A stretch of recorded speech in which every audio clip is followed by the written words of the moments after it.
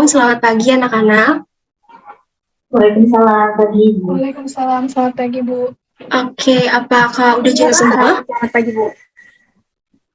Sepertinya sudah Bu. Baik, karena semua sudah join Zoom dan sebelum kita memulai pembelajaran hari ini, alangkah baiknya kita mulai dengan berdoa terlebih dahulu. Mari kita berdoa menurut agama dan kepercayaan masing-masing. Berdoa dimulai.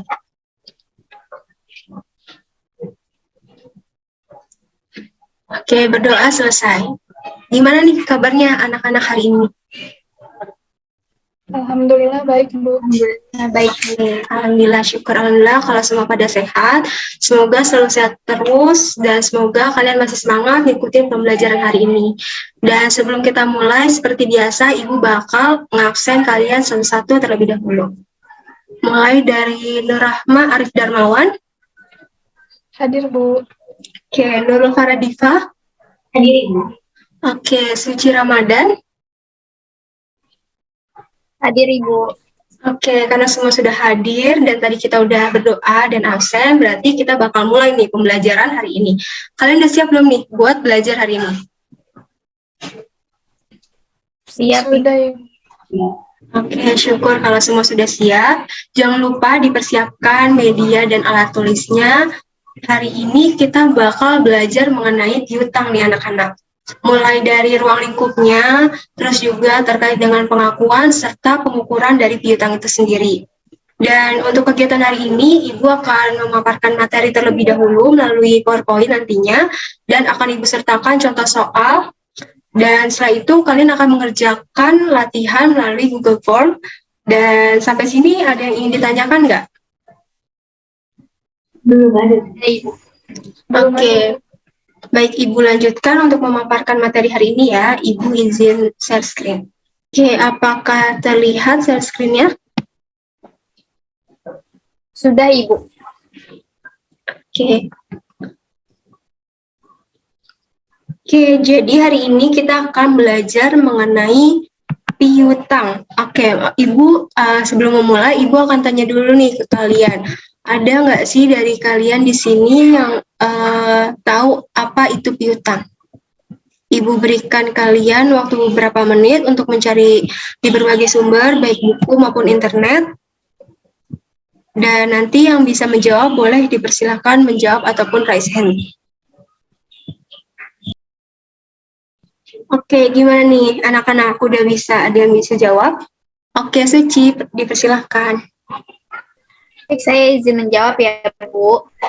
Jadi menurut Wikipedia, piutang adalah salah satu jenis transaksi akuntansi yang mengurusi penagihan konsumen yang berhutang pada seseorang, suatu perusahaan atau suatu organisasi untuk barang dan layanan yang telah diberikan pada konsumen tersebut. Baik, terima kasih Suci sudah menjawab, dan jawaban Suci benar banget bahwa piutang itu transaksi penagihan kepada konsumen.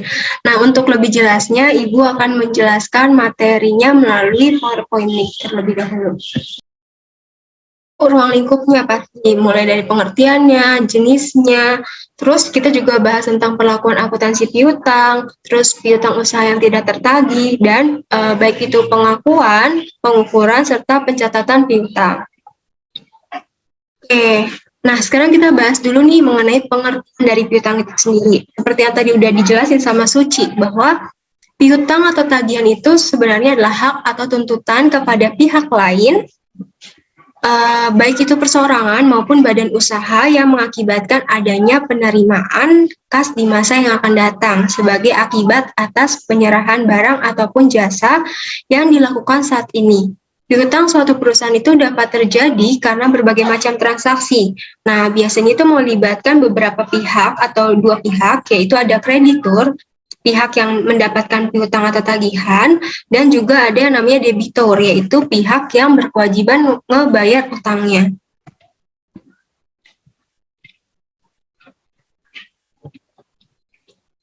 Oke, tadi kita sudah bahas terkait dengan pengertian dari piutang itu sendiri. Selanjutnya kita akan membahas tentang jenis-jenis piutang. Nah, jenis-jenis piutang sendiri itu ada 3 macam. Ada piutang usaha atau piutang dagang, ada piutang wesel, dan juga piutang lainnya.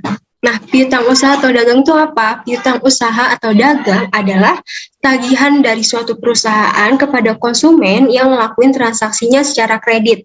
Nah, biasanya itu transaksinya itu kurang lebih 30-69 hari. Nah, terus selanjutnya itu ada piutang wesel. Piutang wesel itu adalah tagihan perusahaan yang didukung dengan instrumen formal ataupun bukti tagihan yang biasa disebut surat wesel. Dan yang ketiga itu adalah piutang lainnya. Piutang lainnya itu mencakup semua tagihan yang bukan termasuk dari piutang usaha ataupun piutang dagang. Oke, selanjutnya ini kita bakal bahas mengenai piutang usaha yang tidak tertagih. Jadi menurut Warren, piutang usaha yang tidak tertagih itu ada 2 metode. Ada metode penghapusan langsung dan nanti ada metode penyisihan. Yang pertama kita bahas terkait metode penghapusan langsung dulu. Jadi di metode penghapusan langsung ini beban piutang tak tertagih itu tidak dicatat sampai piutang tersebut diputuskan tidak akan tertagih lagi. Dan sehingga kerugian piutang yang tidak bisa ditagih atau dicatat langsung pada periode saat terjadinya penghapusan piutang. Nah, untuk jurnalnya sendiri itu terbagi menjadi 3. Ada pada saat jumlah piutang yang tidak tertagih diketahui pasti, di mana jurnalnya adalah beban piutang tak tertagih di debit dan di kredit adalah piutang usaha. Yang B, pada saat piutang yang telah dihapuskan dapat ditagih kembali pada periode yang sama, maka jurnalnya adalah piutang usaha di debit, beban piutang tak tertagihnya di kredit. Dan yang terakhir, pada saat piutang yang telah dihapuskan dapat ditagih pada periode berikutnya, maka jurnalnya itu adalah piutang usaha di debit dan laba ditahan itu ada di kredit. Nah, Ibu akan ngasih contoh soal nih. Jadi di tanggal 15 April di tahun 2010, PTY itu mempunyai piutang atas nama pelanggan PTX sebesar 15 juta. Memperoleh informasi bahwa PTX itu telah bangkrut. Pada tanggal 4 Juli 2010, PTY menerima konfirmasi bahwa PTX yang sudah dihapus akan dilunasi pada tanggal 7 Agustus 2010. Oke, jadi jurnalnya adalah kan di tanggal 15 April 2010 itu PTY punya piutang usaha atas pelanggan PTX, maka jurnalnya di tanggal 15 bulan 4 2010 beban piutang tak tertagih sebesar 5 juta dan piutang usaha terhadap PTX itu sebesar 15 juta juga. Nah, di tanggal 4 Juli 2010 PTY nerima konfirmasi kalau si X ini sudah dihapus dan akan dilunasi tanggal 7. Berarti pada tanggal 4 piutang usahanya 15 juta dan beban piutang tertagihnya itu adalah 15 juta karena bisa dikasih tahu kalau ternyata PTX bisa nih buat melunasi yang nanti di tanggal 7 Agustus. Maka di tanggal 7 Agustus dia nerima uang atau kas sebesar 15 juta dan piutang usahanya sebesar 15 juta. Oke, selanjutnya itu adalah metode penyisihan. Metode penyisihan itu adalah umumnya perusahaan itu pakai metode ini untuk estimasi nih besarnya piutang yang nggak tertagih. Dan dalam metode ini setiap akhir periode dilakukan penafsiran terhadap piutang yang dimiliki sama perusahaan. Jadi diperoleh tafsiran dari piutang yang disangsikan dapat diterima pembayarannya. Nah, tafsirannya itu dicatat dengan jurnal beban piutang tak tertagih di debit dan cadangan piutang tak tertagih itu di kredit. Jadi ini salah satu contohnya, di tanggal 31 Desember 2009 dihitung taksiran piutang itu 25 juta dan pada tanggal 15 April 2010 PTY itu mempunyai piutang usaha atas nama pelanggan PTX sebesar 15 juta, memperoleh informasi bahwa PTX telah bangkrut. Di tanggal 4 Juli 2010, PTY menerima konfirmasi bahwa piutang PTX sudah dihapus dan bakal dilunasi tanggal 7 Agustus 2010. Maka buatlah jurnal oleh PTY. Di sini 31 Desember 2009 bahwa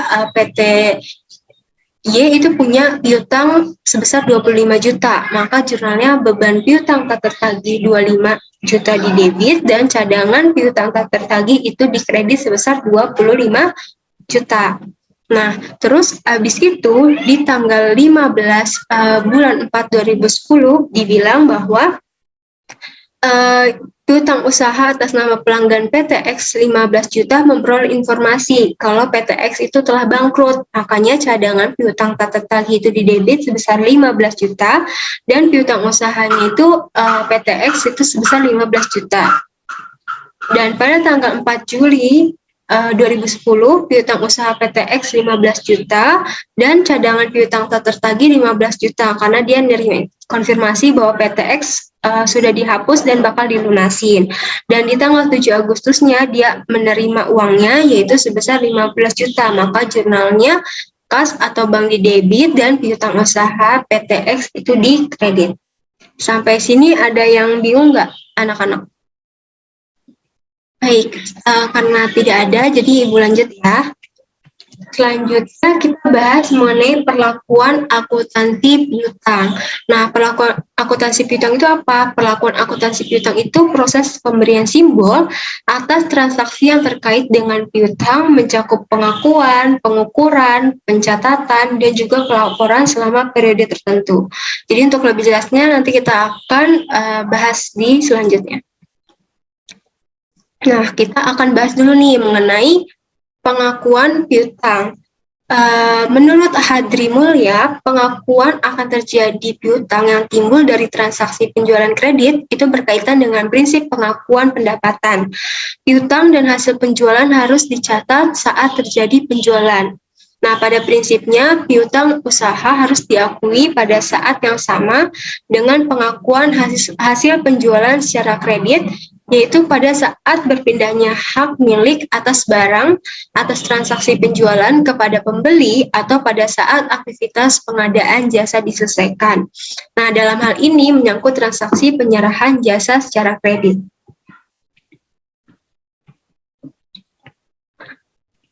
Nah, dalam pengakuan piutang itu terdapat dua metode. Yang pertama ada dasar akrual atau akrual basis, di mana dia itu dasar akuntansinya mengakui pengaruh transaksi dan peristiwa lainnya pada saat transaksi, dan peristiwa itu terjadi tanpa memperhatikan saat kas atau setara kas diterima ataupun dibayar. Sedangkan yang kedua itu adalah metode dasar kas atau cash basis, di mana teknik pencatatan ini ketika transaksi terjadi uang benar-benar diterima atau dikeluarkan. Jadi ini sesuai kondisi realnya. Metode kas bas ini akan mencatat kegiatan keuangan saat kas ataupun uang telah diterima, ataupun misalkan perusahaan menjual produknya, akan tetapi uang pembayaran belum diterima, maka pencatatan pendapatan penjualan produk tersebut tidak dilakukan. Jika kas telah menerima, maka transaksi tersebut baru akan dicatat. Oke. Selanjutnya kita akan membahas mengenai pengukuran piutang. Menurut Donald Chieso mengungkapkan bahwa dalam sebagian besar transaksi piutang, jumlah yang akan diakui adalah harga pertukaran di antara kedua pihak. Harga pertukaran adalah jumlah yang merupakan hutang dari yang berhutang atau pelanggan ataupun peminjam. Dan umumnya dibuktikan dengan beberapa jenis dokumen bisnis ataupun seringkali berupa faktur. Nah, faktor yang mempengaruhi pengukuran itu adalah yang pertama adalah potongan dagang. Ada potongan diskon, ada biaya pengiriman, yaitu terdiri dari FOB shipping point dan FOB destination point. Ada retur penjualan ataupun ketidakpastian pengumpulan dari piutang itu sendiri. Nah, untuk potongan dagang itu merupakan kegiatan pembayaran yang diberikan kepada pembeli karena pembelian telah mencapai kuantitas yang telah ditentukan. Sedangkan kalau potongan diskon ini merupakan bentuk keringanan pembayaran yang dikasih penjual kepada konsumen. Nah, biasanya itu ada bentuk-bentuk syaratnya seperti kayak 2/10, N/30 gitu. Yang artinya jika pembeli melunasi kewajibannya dalam waktu 10 hari, maka dikasih potongan dan pembeli akan memperoleh potongan sebesar 2% dengan jangka waktu pelunasannya adalah 30 hari. Lalu yang ketiga adalah biaya pengiriman, yaitu terdiri dari FOB shipping point. FOB shipping point itu adalah hak atas barang yang dikirim berpindah kepada pembeli ketika barang-barang tersebut diserahkan kepada pihak pengangkut. Pada saat tersebut, penjual mencatat penjualan dan mengurangi persediaan barang dagangnya, sedangkan pembeli mencatat pembelian dan menambah persediaan barang dagangannya. Yang selanjutnya itu adalah FOB destination point yang menyatakan hak atas barang baru berpindah kepada pembeli jika barang-barang yang dikirim sudah diterima oleh pembeli. Nah, perpindahan hak atas barang terjadi pada tanggal penerimaan barang oleh pembeli. Dan yang keempat itu adalah retur penjualan. Retur penjualan ini terjadi kalau misalkan ada barang dagangan yang rusak atau ada yang nggak sesuai sama orderan, nah itu pengembalian barang. Terus yang kelima adalah ketidakpastian pengumpulan piutang. Nah, ini berupa kayak kemungkinan tidak semua piutang usaha itu kan bisa direalisasikan, sehingga perlu dikasih taksiran jumlah yang kemungkinan tidak bisa tertagih dalam periode tertentu. Nah, selanjutnya itu adalah pencatatan piutang. Jadi, menurut Harry tahun 2009, mengemukakan bahwa ayat jurnal yang perlu dibuat oleh penjual untuk mengakui piutang saat melakukan transaksi secara kredit adalah sebagai berikut, di mana penjualan dengan piutang usaha di debit dan penjualan di kredit, retur penjualan di debit dan piutang usaha di kredit, dan saat penerimaan kas itu kasnya di debit dan potongan penjualan kalau ada itu juga di debit, dan di kredit itu adalah piutang usaha. Oke, di sini Ibu akan memberikan contoh soal di mana pada tanggal 1 April 2019 PT Merdeka menjual barang secara kredit kepada CV Mulia itu sebesar 1 juta. Syaratnya itu 2/10 N/30. Tanggal 5 April 2019 CV Mulia itu mengembalikan barang seharga 100.000 kepada PT Merdeka karena cacat. Pada tanggal 11 April 2019, PT Merdeka menerima pelunasan dari CV Mulia sebesar saldo tagihannya. Jurnal untuk mencatat transaksi-transaksi di atas dalam pembukuan PT Merdeka adalah sebagai berikut. Oke, tadi di tanggal 1 April itu kan terjadi penjualan secara kredit, maka piutang usaha di debit sebesar 1 juta dan penjualan itu sebesar 1 juta di kredit. Nah, tanggal 5 April tadi kan dibilang bahwa pengembalian barang karena terjadi kecacatan barang, maka retur dan potongan penjualan itu di debit sebesar 100.000 dan piutang usaha di kredit sebesar 100.000. Dan yang terakhir itu di 11 April itu kan dilakukan pelunasan. Nah, kas sebesar 882.000, potongan penjualan sebesar 18.000 karena kan dia melakukan pelunasan di tanggal 11 April. Jadi dia masih memenuhi syarat dari 2/10 N/30, maka dia dapat potongan 2% dari, mohon maaf ini seharusnya 900.000. Jadi 2% dari 900.000 adalah 18.000. Maka piutang usahanya adalah 900.000. Maka setelah jurnal di atas dibukukan ke dalam buku besar, maka akun piutang usaha di buku besar akan nampak sebagai berikut, di mana 1 April itu 2019 1 juta, dan 5 April terjadi retur yaitu sebesar 100.000, dan 11 April itu dilakukan pelunasan 900.000 rupiah. Oke anak-anak, jadi sampai sekian materi hari ini. Apakah ada yang ingin ditanyakan? Ibu, saya Nur Rahma izin bertanya. Tadi dijelaskan mengenai metode pengakuan piutang. Apakah ada keunggulan atau kelebihan dari masing-masing metode tersebut ya, Bu? Terima kasih, Bu, sebelumnya. Terima kasih Nur Rahma atas pertanyaannya. Jadi Nur Rahma tadi menanyakan mengenai keunggulan ataupun kelebihan dari masing-masing metode pengakuan piutang. Jadi pasti ada Nur Rahma kelebihan dari metode masing-masing tersebut. Untuk metode accrual basis, itu kelebihannya adalah beban diakui saat terjadi transaksi, sehingga informasi yang diberikan itu jauh lebih handal ataupun terpercaya. Nah, untuk kelebihan dari metode accrual basis itu adalah beban diakui saat terjadi transaksi, sehingga informasi yang diberikan itu jauh lebih handal dan juga terpercaya. Nah, selain itu juga pendapatan diakui saat terjadi transaksi, sehingga informasi juga bisa terpercaya walaupun kas belum diterima. Adanya peningkatan pendapatan perusahaan karena kas yang belum diterima itu bisa dapat diakui sebagai pendapatan. Nah, untuk kelebihan dari metode cash basis ini, kan kebalikannya dari accrual basis. Beban itu belum diakuin sampai adanya pembayaran secara kas, walaupun beban telah terjadi. Sehingga itu nggak menyebabkan pengurangan dalam perhitungan pendapatan.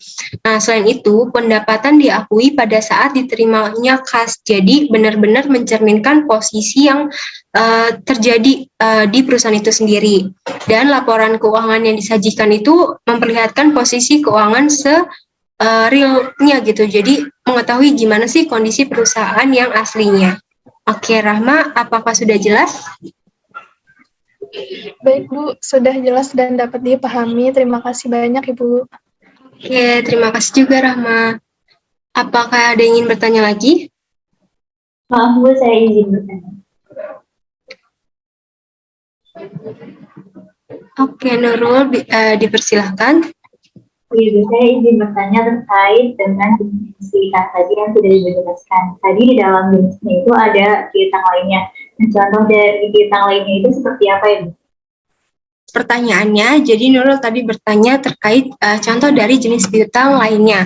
Nah, contohnya itu seperti kayak tuntutan atas kerugian kerusakan, terus juga tuntutan atas rabat atau restitusi pajak, harga saham yang harus ditagih, dan piutang dividen dan juga bunga. Seperti itu Nurul. Apakah sudah jelas? Alhamdulillah sudah dapat dipahami Bu, terima kasih. Baik, oke, karena tidak ada lagi yang bertanya dan kita sudah sampai di akhir materi terkait dengan piutang. Nah, Ibu hari ini akan mengetes nih pemahaman kalian terkait materi tadi. Jadi Ibu akan memberikan kuis melalui link yang akan Ibu bagikan di chat Zoom hari ini. Dan untuk kalian silahkan dibuka link tersebut. Kalau misalkan ada kendala, bisa langsung kasih tahu Ibu ya, Nak. Baik Ibu. Oke, bagaimana? Apakah ada yang terkendala? Maaf, Ibu. Saya sepertinya terkendala sinyal. Linknya masih belum bisa dibuka. Oke, baik anak-anak. Kita bakal tunggu Rama sebentar ya. Yang lain gimana? Sudah bisa? Sudah bisa, Ibu. Oke.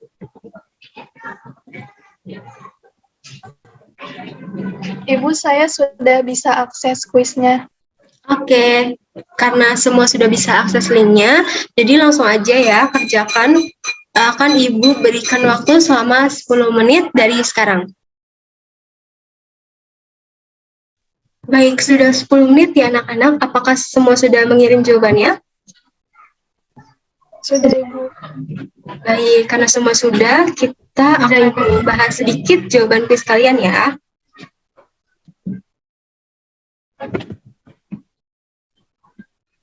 Baik, apakah hasil screen Ibu terlihat? Terlihat, Bu. Terlihat, Ibu. Oke.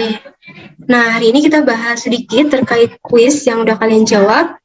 Langsung aja yang mau jawab bisa raise hand. Siapa nih yang mau jawab nomor 1? Baik, Suci, dipersilakan. Ini saya baca soalnya atau langsung jawab ya, Bu? Boleh dibacakan dulu soalnya.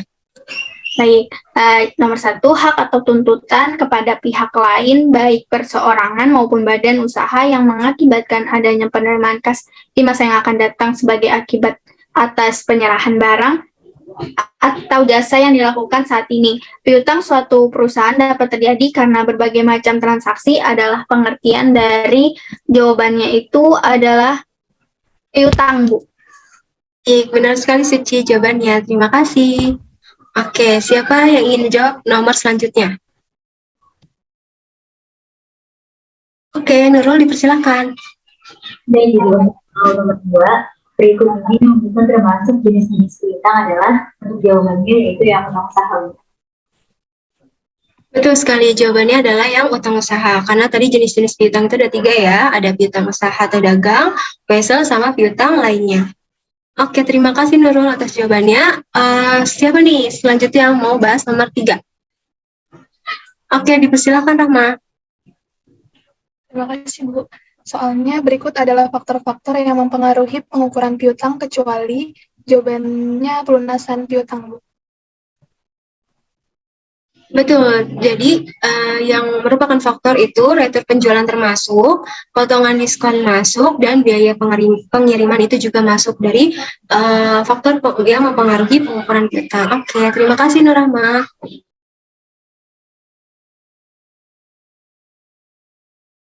Ya, terima kasih buat semuanya yang sudah mau menjawab. Selanjutnya Ibu bakal ngebahas nomor 4 dan 5, karena tadi pas Ibu cek ternyata masih ada beberapa dari kalian yang mungkin sedikit kurang tepat untuk menjawab di nomor 4 dan nomor 5.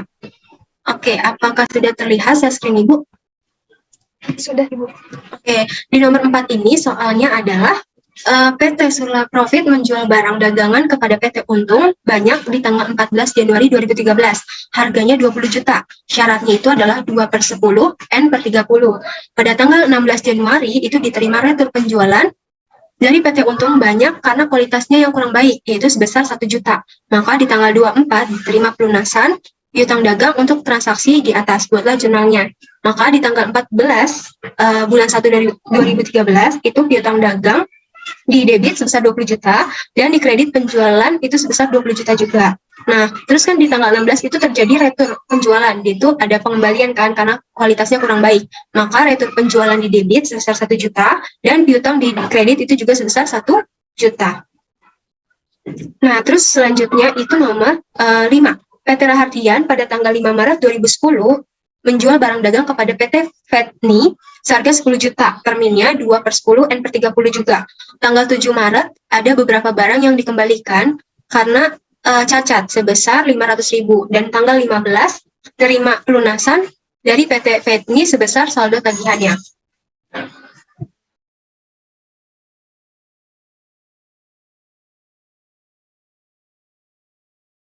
Di rumahku juga ada motong keramik, kedengeran nggak? Enggak kan? Oke. Maka jurnalnya adalah di tanggal 5 Maret 2010 kan itu terjadi penjualan kredit kan, maka piutang dagang di kredit sebesar 10 juta dan penjualan di kredit itu sebesar 10 juta juga. Nah, di tanggal 7 itu kan terjadi retur atau pengembalian barang, maka retur penjualan di debit sebesar 500.000 dan piutang dagang 500 juga di kredit. Dan yang terakhir 15 Maret 2010 itu kan terjadi pelunasan, di mana kas itu 9.310 dan dia itu dapat potongan penjualan, dapat potongan 2%. Dari 2% dikali 9.500.000 karena kan awalnya dapat potongan 500 jadi 190.000. Dan yang terakhir ada piutang dagang di kredit sebesar 9.500.000. Oke, sampai di sini apakah ada yang ingin ditanyakan? Tidak ada, Bu. Tidak ada, Ibu. Alhamdulillah kalau gitu. Karena tadi Ibu juga sudah ngecek kan, jawaban kalian mayoritas sudah benar semua. Mungkin beberapa masih ada yang salah 1-2, tapi nggak apa-apa, namanya juga kan kita masih belajar. Bisa kita perbaiki nanti di kedepannya. Oke, karena tadi Ibu sudah memaparkan materi. Nah, baik, karena tadi Ibu sudah memaparkan materi dan kalian sudah mengerjakan kuis, dan Alhamdulillah ternyata kalian sudah mengerti, maka untuk kelas hari ini Ibu cukupkan sampai di sini. Dan apa masih ada yang ingin ditanyakan? Tidak ada, Ibu. Tidak ada, Bu. Baik, karena sudah tidak ada yang ingin ditanyakan, Ibu akan tutup kelas hari ini. Dan sebelum Ibu akan tutup, Ibu membagikan link modul di chat Zoom, mungkin buat anak-anak bisa diakses, dan tolong dibaca dan dipelajari kembali. Dan di dalam modul itu ada juga pengayaan, jadi tolong dikerjakan ya Nak, supaya kalian bisa lebih lancar lagi. Dan nanti di pertemuan selanjutnya kita bahas masing-masing soal pengayaan tersebut. Oke, jadi sekian kelas hari ini. Mari sama-sama kita mengucapkan hamdalah. Alhamdulillahirabbil alamin. Nah, Ibu mohon maaf apabila ada salah kata dan perbuatan. Tetap jaga kesehatan ya anak-anak, jaga juga semangat belajarnya. Semoga ilmu yang kita pelajari hari ini bermanfaat. Kurang lebihnya mohon maaf. Wassalamualaikum warahmatullahi wabarakatuh. Terima kasih Nah sudah ikut kelas hari ini. Ibu izin matikan Zoom-nya ya. Waalaikumsalam. Waalaikumsalam Ibu, terima kasih Bu. Baik, Ibu izin live ya.